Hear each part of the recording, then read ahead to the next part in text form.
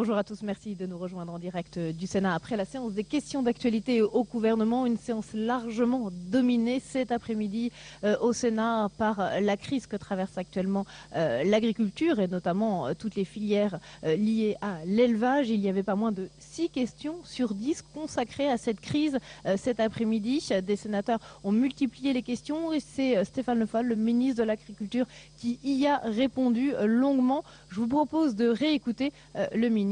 C'était tout à l'heure dans l'hémicycle du Sénat. La loi sur la modernisation de l'économie.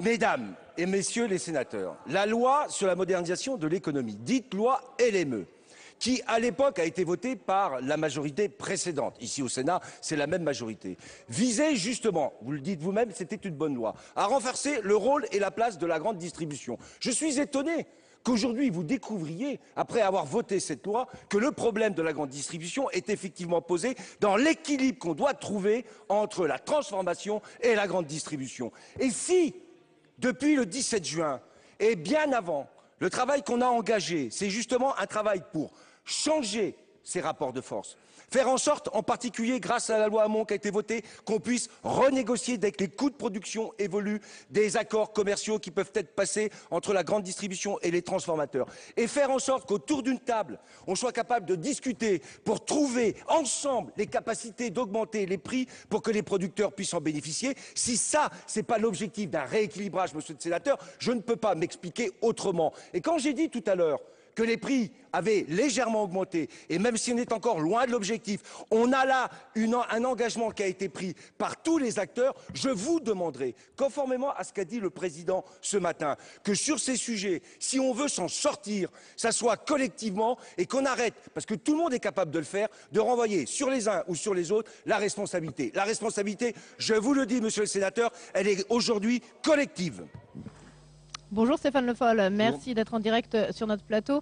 6 questions sur 10 consacrées à la crise agricole cet après-midi au Sénat. Votre action remise en cause par une partie des sénateurs, notamment sur la mise en place de cellules de crise dans les départements. Qu'est-ce que vous leur répondez? Oui, je réponds à cette idée qui consiste à dire qu'il n'y aurait pas de cellules de crise et qu'on me demandait de mettre en place des cellules de crise. J'ai là eu un courrier que je vais adresser à tous les sénateurs d'ailleurs, que j'ai adressé au préfet le 20 février, qui précise la mise en œuvre de ces cellules, à la fois avec les objectifs en termes d'allègement sur la MSA, sur les fonds d'allègement de charges. Et je demande au préfet de réunir ces cellules avec les représentants des professionnels, de la MSA et des banques, parce qu'il y a aussi la question bancaire.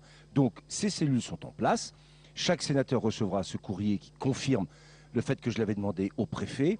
Mais en même temps, au-delà de cette question... Mais en même temps, les sénateurs, ce sont aussi des remontées du terrain, Stéphane Le Foll. J'ai répondu 6 fois. Il faut remonter un peu les inquiétudes des agriculteurs, des éleveurs de leur département. Tout bord politique confondu. Oui, absolument. Mais madame, je voudrais vous rappeler que moi, je n'ai pas attendu le débat du Sénat. Ça, c'est le 20 février. Que dès le début de l'année 2015, a été engagé des négociations sur la question du lait. Que sur la question porcine, c'est la table ronde que j'ai organisée le 17 juin, avec l'ensemble des acteurs, à la fois transformateurs, grande distribution, justement pour pousser tout le monde à augmenter les prix et à augmenter les prix aux producteurs. C'est ça qui a été fait. Je n'ai pas entendu, mais j'entends parfaitement et j'ai répondu aux questions, j'entends parfaitement les inquiétudes, je les connais. Et j'essaye d'y répondre. Que sur le terrain, la situation demeure explosive, que les actions de violence de producteurs contre la grande distribution se multiplient. Mais j'explique parce que la situation des prix est mauvaise. Et je vous le dis, le ministre peut agir, mais sur les négociations commerciales, il n'y a pas de moyen juridique pour un ministre de venir dire à des acteurs dans des négociations commerciales ce qu'il peut leur demander de faire. Vous n'avez aucun moyen pour forcer les transformateurs, les distributeurs à augmenter leurs prix? Faisant en sorte que chacun, et ça a été l'objet de la discussion ce matin avec le président du Sénat qui avait organisé le débat, que chacun assume la part de responsabilité qui est la sienne. La grande distribution, la transformation, pour qu'au bout du compte, si la grande distribution accepte d'augmenter les prix, ça se répercute au niveau de la transformation. Ils se sont engagés ce matin. Oui, certains se sont engagés. Certains. La grande distribution s'est engagée. J'attends aujourd'hui, on a un travail qui est engagé avec le médiateur, de faire en sorte que ce qui s'est passé avec l'engagement de la grande distribution se traduise par une augmentation. Je le dis par exemple sur le porc. Au début des négociations au mois de juin, on était à 1,20 kilo, 1,20 € le kilo. Aujourd'hui, on est entre 1,38, l'objectif était 1,40. Donc on a progressé, donc on peut le faire. Mais en même temps, c'est des schémas extrêmement complexes. Pour la j'ai arrêté les promos, j'ai pris un arrêté qui a limité les possibilités de faire des promotions, ce qui n'avait jamais été fait avant. Et je l'assume totalement et parfaitement, parce que j'estime que lorsqu'on fait trop de promotions, on fait perdre toute idée du prix, de la référence prix pour un produit. Vous avez l'impression que la grande distribution, c'est un peu le bouc émissaire facile? Je pense que dans ce débat, on peut tout à fait dire que c'est de la faute de la grande distribution et au bout du compte, ne pas résoudre le problème. On a aujourd'hui une obligation de résultat pour les producteurs. Il ne s'agit pas simplement de se renvoyer la balle, c'est ce que j'ai dit tout à l'heure.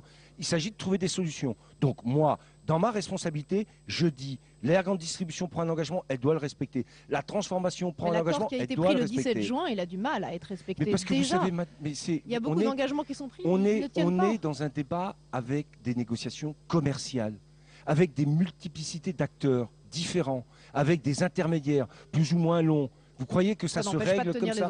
Mais ça n'empêche pas de tenir les engagements. Certains les prennent et les respectent, d'autres ne les respectent pas. Ouais. Le médiateur va vous rendre son rapport, je crois, ce soir. Est-ce que des décisions... Non, il ne le rendra pas ce soir, parce que je l'ai eu tout à l'heure. Il est en train de le terminer et ça ne sera pas ce soir. Ça sera donc c'est remis à quand? demain soir. Mais ça va arriver rapidement. Il a fait un travail exhaustif, colossal, pour arriver à repérer l'ensemble des processus de négociation, l'ensemble de ce qui s'est passé depuis les accords, et je suis comptable là aussi, à la fois pour dire que son travail est extrêmement important, mais de lui laisser aussi le temps de le faire correctement, parce que sur ces sujets, il faut être à la fois précis, transparent certes, mais précis. Donc vous nous annoncez que son rapport sera remis peut-être demain soir, avec des décisions prises dans la foulée, j'imagine, très rapidement. Avec en tout cas des décisions qui sont prises, avec une pression qui va continuer à s'exercer sur ceux qui ne jouent pas le jeu. D'accord. Vous redoutez que la canicule soit un facteur aggravant dans cette crise agricole? La canicule est un facteur aggravant parce que c'est surtout la sécheresse qui est un facteur aggravant sur une situation d'élevage. Moins de foin, moins de lait pour les vaches? Oui, moins de foin, moins surtout de nourriture pour les animaux, c'est ça le problème. Oui, donc moins de production de lait pour les animaux. Moins de production, des problèmes de nourriture pour les animaux et un coût de l'alimentation qui augmente. Et quand le coût de l'alimentation augmente dans une situation où justement les prix sont pas élevés... Donc l'été va être très tendu? Donc l'été, malheureusement sur la question climatique, vient rajouter une couche supplémentaire d'inquiétude. Vous confirmez qu'une avance sur la PAC a été versée ce matin à la France? Je confirme France que ce matin, je suis venu à la commission du président Larcher en ayant signé le décret qui fait que l'avance sur les primes PAC sera faite et sera faite sur la base d'un emprunt de l'État français remboursé sur les primes qui seront versées par l'Europe pour la première fois. Et c'était nécessaire dans le contexte en particulier. Très bien. Écoutez, merci beaucoup Stéphane Le Foll d'être venu répondre en direct à nos questions sur le plateau de Public Sénat. On va vous réentendre quelques instants dans l'hémicycle du Sénat. C'est un peu un spécial Stéphane Le Foll aujourd'hui, spécial agriculture en tout cas, autour de cette crise très importante qui touche l'élevage en France. C'était tout à l'heure lors des questions d'actualité au Sénat. Est-ce que l'agriculture est une priorité pour la France? Madame la sénatrice, vous devriez vous rappeler du débat budgétaire à l'échelle européenne. Engagé dans des conditions qui, à l'époque, laissaient entrevoir un budget de l'agriculture qui pouvait baisser jusqu'à 20%. L'action du président de la République, qui a été saluée d'ailleurs par l'ensemble des organisations professionnelles, a permis de préserver un budget d'agriculture à l'échelle européenne et de préserver pour la France la politique agricole commune. Je tiens à vous le rappeler. Donc sur la question de la priorité, pas de faux procès, Madame la sénatrice. Deuxièmement, vous parlez d'incontinence normative. Je voudrais que vous me disiez précisément ce qui aujourd'hui a été une surtransposition de normes, ce qui aurait été des normes supplémentaires qui auraient été appliquées. Au contraire, pour la première fois, que ce soit sur les questions des installations classées, et en particulier porcines, la mise en place d'une procédure d'enregistrement a été mise en place, ce qui n'avait jamais été fait et qui fonctionne en particulier aujourd'hui en Bretagne. Sur la question de la loi Macron, qui permet de réduire les délais de recours, justement pour permettre aux agriculteurs de mettre en œuvre leurs projets sans avoir la menace d'un recours, c'est aussi quelque chose qui a été fait. Sur ce qui vient d'être annoncé hier par la Commission européenne, le travail qui a été engagé avec les professionnels, et en particulier en Bretagne, sur la grande question posée par l'azote organique en Bretagne, l'azote total, je vous rappelle que pour la première fois, en Bretagne, sur 9 bassins contentieux, 5 sortent des bassins contentieux. C'est aussi une réalité qui fait que nous avançons pour améliorer les conditions de la production, tout en tenant les deux bouts de la chaîne, économie et environnement. Voilà, donc c'était Stéphane Le Foll tout à l'heure dans l'hémicycle du Sénat pour répondre à une des nombreuses questions posées par les sénateurs autour de cette crise agricole qu'on a donc largement traitée sur l'antenne de Public Sénat aujourd'hui. On va maintenant parler politique nationale, bilan de cette fin de session avec deux présidents de groupes politiques qui nous ont rejoints sur ce plateau. Didier Guillaume pour le groupe des Socialistes, bonjour, merci d'être avec nous, et Bruno Retailleau pour les Républicains. L'interview du président de la République le 14 juillet avec un François Hollande qui s'est posé un peu en bouclier de la nation, Didier Guillaume, fort des deux accords qui ont été conclus sur la Grèce et puis autour du nucléaire iranien. Mais les Français vont le juger sur autre chose, sur l'économie, sur le chômage. Est-ce que c'est la bonne stratégie de se positionner comme ça sur l'international? Moi je m'en fiche totalement de ce qui peut se passer, c'est pas le sujet. Vous en fichez de ce qu'il a dit lors de cette interview?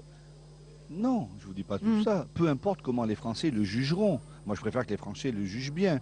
Il y avait deux sujets cruciaux, le nucléaire iranien et la Grèce. Et sur ces deux sujets, le chef de l'État et le gouvernement ont travaillé et ont réussi, pas seuls, avec d'autres. Les Français, lors de cette interview, ne l'attendaient pas sur d'autres dossiers, les dossiers économiques, les dossiers du chômage? Adressez-vous à Pujadas et à Claire Chazal, c'est pas lui qui a posé les questions. Sur ces deux sujets, c'était très important. Pour la première fois depuis des années, il s'est parlé d'Europe dans notre pays. On n'en parle jamais en positif. Alors là, ça peut être en négatif pour la Grèce, mais il s'est parlé d'Europe. Et puis quand même, ça fait 12 ans de négociations pour mettre fin à la prolifération de l'arme nucléaire. Je pense que les Français, apprenant que l'Iran n'aura pas l'arme nucléaire et que la Grèce reste dans l'Europe et on évite une crise, je pense que les Français peuvent l'apprécier. Je ne suis pas certaine, Bruno Retailleau, que l'image de l'Europe sorte forcément grandie de cette crise grecque. À nous d'y travailler. Après des semaines et des moi semaines. j'ai trouvé François Hollande satisfait de lui-même, se définissant comme un président audacieux. Je pense que sur l'Iran, qui est sans doute un bon accord, je pense que M. Obama a sans doute beaucoup fait pour cet accord, beaucoup plus que la France. Je pense aussi que pour ce qui concerne la Grèce, on a deux présidents de la République. Un président de la République qui administre à la Grèce une potion amère qu'il refuse à la France en termes de réformes structurelles. Je pense que si même tout n'était pas négatif, donc évidemment, on est mal placé dans un pour donner entretien, des leçons, c'est ce que je vous pense voulez qu'on dire est mal placé pour donner des leçons, mais surtout je crois effectivement que les Français l'attendent sur l'emploi. C'est sur cette question qui est la question la plus grave, parce que 6 millions de Français qui sont au chômage total et partiel, ça crée une souffrance en France, qui n'est même pas mis un mot dans cet entretien sur les souffrances de l'agriculture. Certains ont trouvé qu'il était trop déconnecté de la réalité, décalé trop décalé par rapport, je trouve, à la réalité, même si les sujets internationaux, quand on est la France, on a toujours un regard sur l'extérieur, je le veux bien, mais il faut faire la part des choses, je crois. François Hollande a assuré lors de cette interview que son action est guidée par l'audace. Sur quel sujet précisément il a fait preuve d'audace, le président de la République, Didier Guillaume? Sur l'Europe et sur le nucléaire, je vais y revenir un instant quand même, parce que nous avons eu ce débat dans l'hémicycle hier. On peut être dans l'opposition, mais on ne peut pas toujours critiquer, dénigrer le pays. On ne peut pas rabaisser le pays. Quelle est cette comparaison entre on n'est pas capable de faire des réformes dans ce pays et on les impose à la Grèce? Je n'accepte pas cela, parce qu'on ne peut pas comparer la France et la Grèce quand même. Ce que nous souhaitons en France, c'est réduire les déficits. La dette a augmenté de 600 milliards d'euros de 2008 à 2012. Nous essayons de la réduire, mais nous ne voulons pas bouger notre modèle français. Et en même temps, qui a réduit le nombre de policiers, de gendarmes, de juges? C'est la précédente majorité, et nous créons des postes de fonctionnaires que nous validons, et c'est très important. Après, évidemment, ce qui compte, c'est l'emploi, il l'a dit, puisque tout le monde est intéressé. Est-ce que vous vous représenterez à l'élection présidentielle? C'est totalement absurde cette question, mais enfin il a dit, enfin, il a pris un engagement. Il a dit si le chômage ne baisse pas, je ne me présenterai pas. Bruno Et l'enjeu, Écoutez, c'est d'essayer de faire baisser le chômage, c'est bien ça, bien sûr. Nous ne sommes pas sur une ligne politicienne. La preuve, c'est que le groupe que je préside ici, et celui que préside Christian Jacob à l'Assemblée nationale, ont voté positivement sur l'accord pour la Grèce. Et ça n'était pas facile. Et ça n'était pas quelque chose d'acquis pour nous. C'est très bien. Je veux le rappeler. Simplement, je crois que le gouvernement de François Fillon, avec Nicolas Sarkozy, a eu à affronter la crise la plus grave. Très bien, c'était le défi. Aujourd'hui, il y a d'autres défis. Il faut y répondre. Il faut y répondre, et on ne peut pas y répondre, je trouve, dans cette espèce d'autosatisfaction qui était trop visible. C'est ce que j'ai trouvé au moment du 14 juillet. Maintenant, ce que je souhaite, c'est que François Hollande, il lui reste 2 ans pour son mandat, que ce ne soit pas un mandat de 5 ans pour rien, et que des réformes profondes puissent relever la France. Alors parmi les réformes importantes du quinquennat, il y a le projet de loi d'Emmanuel Macron qui a été adopté définitivement par le Parlement ces derniers jours. Vous espérez que très vite, ce texte, Didier Guillaume, va pouvoir créer de la croissance, va redonner du boulot aux Français? Oui, j'espère. En tout cas, j'espère que les décrets d'application vont être pris très vite. C'est l'engagement, notamment Oui, du président de la il faut que ça République. soit très vite pour que vite les jeunes puissent prendre des bus et puissent se déplacer, puissent passer le permis de conduire. Il y a des mesures là-dedans. Alors certains nous Alors disent vous pensez que c'est les pas grandes assez. compagnies de cars internationales vont créer de l'emploi en France Eh ben, elles sont en permettant bien sûr, elles sont en train d'annoncer qu'il y en aurait 15 000 là à très court terme. Tant mieux, mais peu importe. Tout ce qui contribuera à créer de l'emploi, ça va dans le bon sens. Et moi, d'où que viennent les idées, tout ce qui permettra de créer de l'emploi, de faire du développement économique, ça sera quelque chose de très important. C'est la raison pour laquelle nous avons dit ce matin dans le débat sur l'agriculture qu'on ne peut pas opposer les agriculteurs et les grandes surfaces, les distributeurs, aux metteurs en marché, aux industriels. On a besoin de tout le monde. Et dans ce pays, moi je rêve d'un pays où on se rassemble plus que l'on se divise. Après que nous ayons, nous, des divergences politiques, c'est bien normal, c'est la démocratie. Et nous, mais c'est même pas un jeu, c'est la démocratie et nous l'assumons. Mais nous devons avoir, les républicains comme les socialistes, un objectif. C'est la réussite de la France, la grandeur de la France, et de faire en sorte que nos concitoyens vivent le mieux possible. Nous n'avons pas les mêmes recettes pour y arriver. Il y a eu les 5 précédentes années, il y a les 5 années de François Hollande, nous verrons ce que ce sera la fois d'après. Mais laissons-nous appliquer, laissez-nous appliquer les recettes jusqu'à la fin du devant mandat. le Conseil constitutionnel contre le projet de loi Macron. Oui, parce que sur un certain nombre de points, notamment le pouvoir donné à l'autorité de la concurrence, et puis aussi sur les professions réglementées, nous pensons que ce texte méconnaît un certain nombre de règles constitutionnelles. C'est les lobbies qui ont un peu gagné dans cette histoire? Ah non, pas du tout. On est les représentants du territoire. Notaires, non, mais c'est demain, attention. Non. Faire penser, laisser penser qu'en tapant sur des boucs émissaires, par exemple les professions réglementées, on va régler le problème de la croissance, personne n'y croit. Nous, on est des élus qui sont enracinés. On sait très bien, par exemple, que sur la médecine, il faut désormais que les collectivités payent des maisons médicales. On ne veut pas demain devoir payer des maisons du droit parce qu'il y aura une désertification juridique. Voilà, maintenant ce texte, ça n'est pas parce qu'il vient de la gauche d'ailleurs, et d'Emmanuel Macron, qui est pas un mauvais ministre, qui n'est pas le plus mauvais en tout cas, qu'on est fondamentalement contre. Il y a eu des petits pas, mais trop. Avec lequel vous avez le plus d'affinité, peut-être Bruno Retailleau. Il y a les questions personnelles et il y a les questions politiques. Je ne mélange pas les deux. D'un point de vue politique.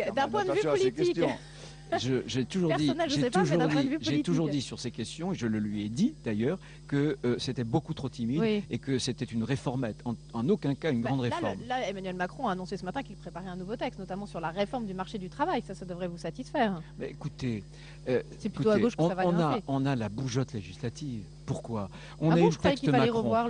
On nous a demandé, code du travail. Mais justement, on a demandé à Emmanuel Macron de prendre dans sa loi les freins justement qui sont les seuils. On nous a dit non, ça sera la loi Rebsamen. Le Rebsamen, il n'y a pas eu justement sur les seuils, il y a eu si peu de choses. Et maintenant, on nous annonce une 3e loi. Trop de lois, pas de loi. Trop de lois, pas de réforme. Oui, et en même temps, le président de la République dit que le travail parlementaire, ça ne va pas assez vite, Didier Guillaume. Ah oui, ça ne va pas assez vite.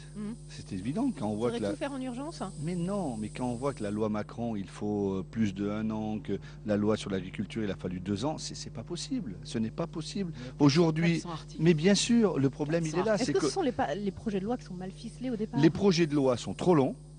Et la procédure parlementaire est trop longue. Et on double le nombre d'articles, en fait, dans un projet de loi lorsqu'il est passé à l'Assemblée, au Sénat, 2 fois et 3 fois, enfin, 3e fois, 3e lecture. Mais est-ce que vous êtes pour cette réforme du marché du travail que prépare Emmanuel Macron? Mais bien sûr, mais tout ce qui peut faire bouger les choses va dans le bon sens. Simplement, moi, je ne peux pas être d'accord sur le fait de dire qu'il faut bouger les seuils simplement, parce qu'on sait que les seuils, ça ne crée pas beaucoup d'emplois. C'est un ensemble. C'est le marché du travail dans son ensemble qu'il faut bouger.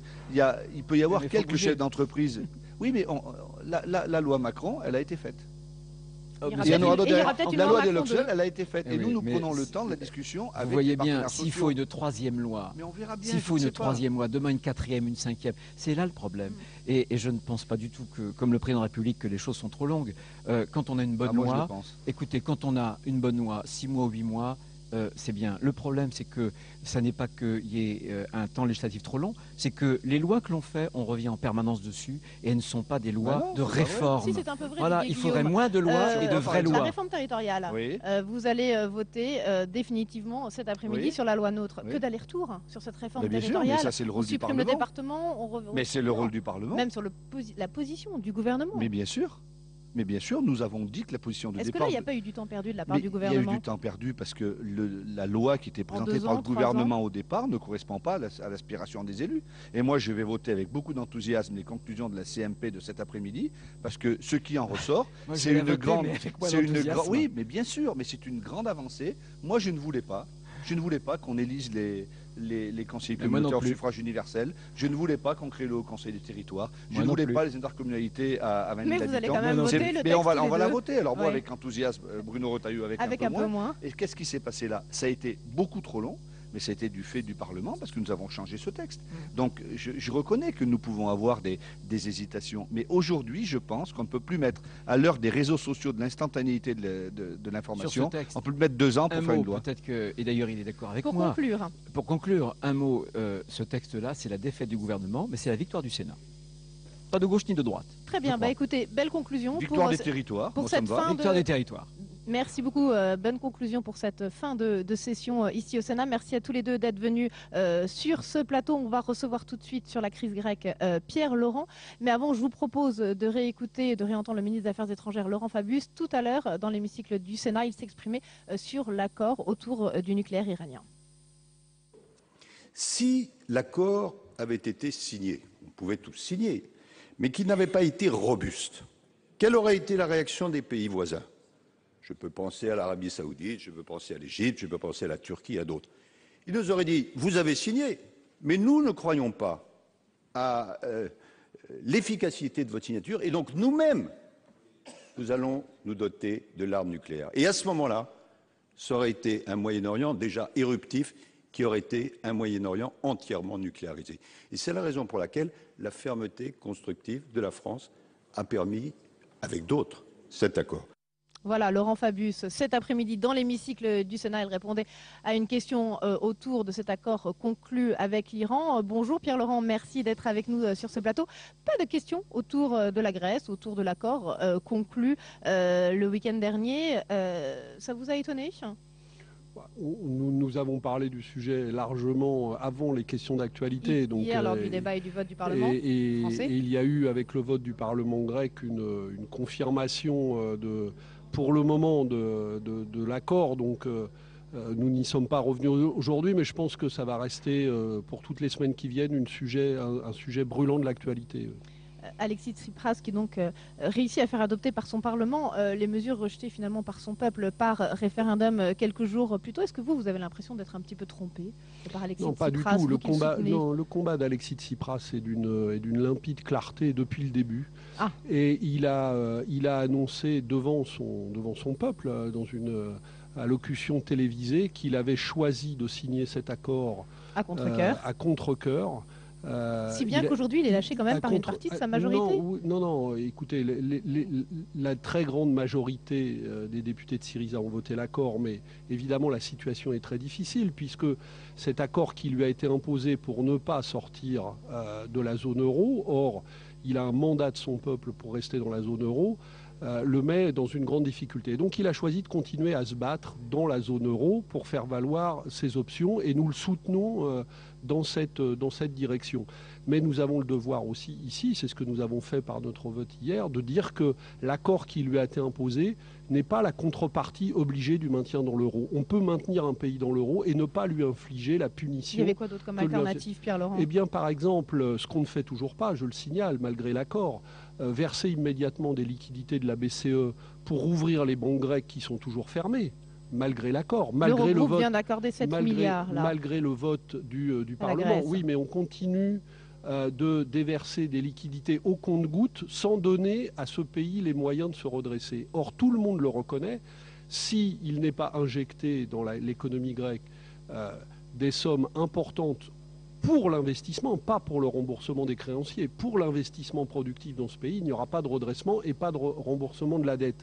Donc l'option que défend Alexis Tsipras, c'est celle-là. Il continue de se battre. C'est vrai dans un rapport de force très difficile, d'où ce que j'ai dit hier, nous lui renouvelons notre solidarité, mais en maintenant la pression contre les créanciers, contre l'Allemagne, contre les dirigeants de l'Union européenne qui imposent un accord injuste. Il y a eu des manifestations violentes hier soir à Athènes. C'était les premières manifestations violentes depuis 2011. Enfin, en tout cas, on n'en avait pas vu d'aussi violentes depuis 2011. Est-ce que vous craignez que la situation dégénère Mais la Grèce situation, elle est extrêmement dure en Grèce. Je ne sais pas si on se rend compte, je me suis rendu sur place très souvent ces dernières années. La situation est invivable pour les Grecs. Ces gens sont dans une crise sociale et humanitaire terrible. Ils ne peuvent pas vivre. On ne vit pas avec 60 en pouvant retirer de temps en temps 60 € à la banque. Donc le supplice qui est infligé à ce peuple est parfaitement insupportable. Et j'ai dit hier, et je le pense, l'accord qui leur a été imposé est un accord indigne de l'Europe. Et il y a parfaitement nécessité, bien sûr, de les maintenir dans la zone euro, mais pas à ces conditions-là. Ouais, le poste d'Alexis Tsipras est un peu en sursis. Vous avez peur aujourd'hui si certains de ces ministres démissionnent, si sa majorité le lâche? Non, mais il n'est pas en sursis. Il n'est pas en sursis en Grèce. Il est en sursis parce que, notamment les dirigeants allemands et d'autres, depuis 6 mois, ne cherchent qu'une chose, c'est sa déstabilisation politique, quitte à asphyxier le peuple grec. Mais les sondages montrent que son niveau de popularité reste très élevé en Grèce, contrairement à ce qu'on dit souvent dans les commentaires ici. Très bien. Écoutez, merci beaucoup Pierre-Laurent d'être venu parler de la crise grecque sur notre plateau. Merci à tous de nous avoir suivis en direct du Sénat pour cette émission juste après les questions d'actualité au gouvernement, les dernières de cette session. Très bonne soirée à tous sur l'antenne des chaînes parlementaires.